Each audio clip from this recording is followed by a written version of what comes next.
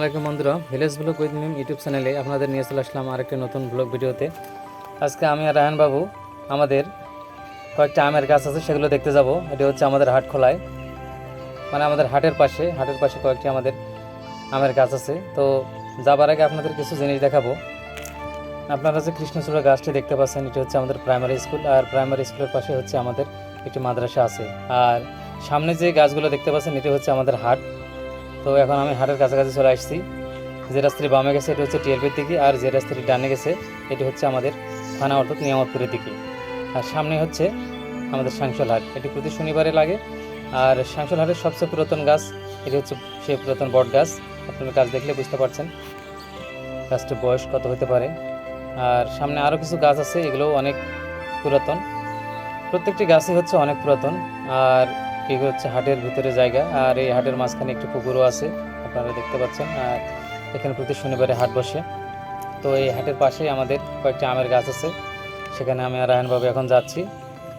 তো বন্ধুরা, ভিডিওটি স্কিপ না করে আপনারা ভিডিওটি পুরোটি দেখতে থাকুন এবং আমাদের চ্যানেলের সাথে থাকুন। আমরা অলরেডি আমের গাছের কাছাকাছি চলে আসছি, আমের গাছগুলো দেখা যাচ্ছে সামনেই আমাদের আমের গাছ। আর এখানে একটা বাসাও আছে, বাসায় অনেকগুলো গাছ দেখা যাচ্ছে। তো এখন আমি আপনাদের ওই আমের গাছের সামনে নিয়ে যাব, কী পরিমাণে আম আছে সেই আমের গাছগুলো ঘুরে ঘুরে দেখাবো। তো আমের গাছের কাছাকাছি এখন চলে আসলাম।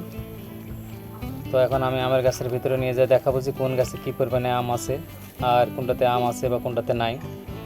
এখানে কয়েকদিন আমি কিছু সজনার ডালগুলো রোপণ করছিলাম, সেই ডালগুলো দেখতেছি নতুন করে এখন আবার পাতা গজাইছে। এই যে দেখুন, এই একটা, সামনে আরও দুইটা আছে, তিনটাতেই নতুন করে পাতা গজাইছে। আর আম বলতে গত বছর যে পরিমাণে আম ছিল এগুলোতে, এই বছর তেমন আম নাই। এখানে 10টি আমের গাছ আছে, 10টি আমের গাছের মধ্যে এবছর 4টিতে আম ধরেছে, তারপরেও পরিমাণে কিছুটা কম, গত বছরের তুলনায় অনেক কম। এই যে আপনারা যে আমগুলো দেখতে পাচ্ছেন, এই বছরে প্রথম একটিতে মিষ্টি আম ধরেছে, অর্থাৎ এটি হচ্ছে কলমের আম। তো সেই কলমের গাছ থেকে আজকে একটি আম পেড়ে খাইয়ে দেখবো যে আসলে আমটি কেমন মিষ্টি।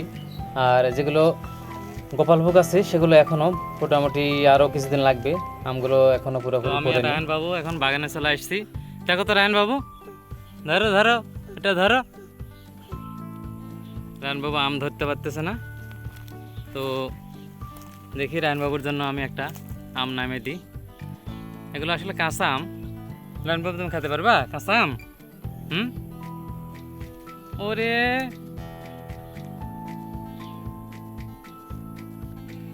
দেখো, এই যে রায়হান বাবু একটা আম ধরে ফেলছে।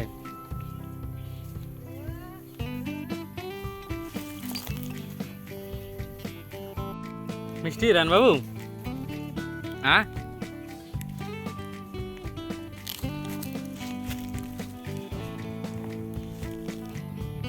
হ্যাঁ রায়হান বাবু মিষ্টি আম সব খাই ফেললো, তাই না?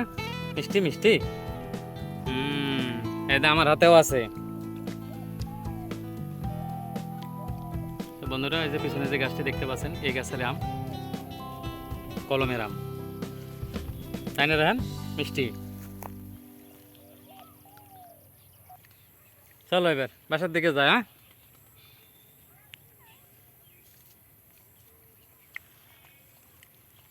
কাঁচা আম খাই নিচ্ছে রায়হান।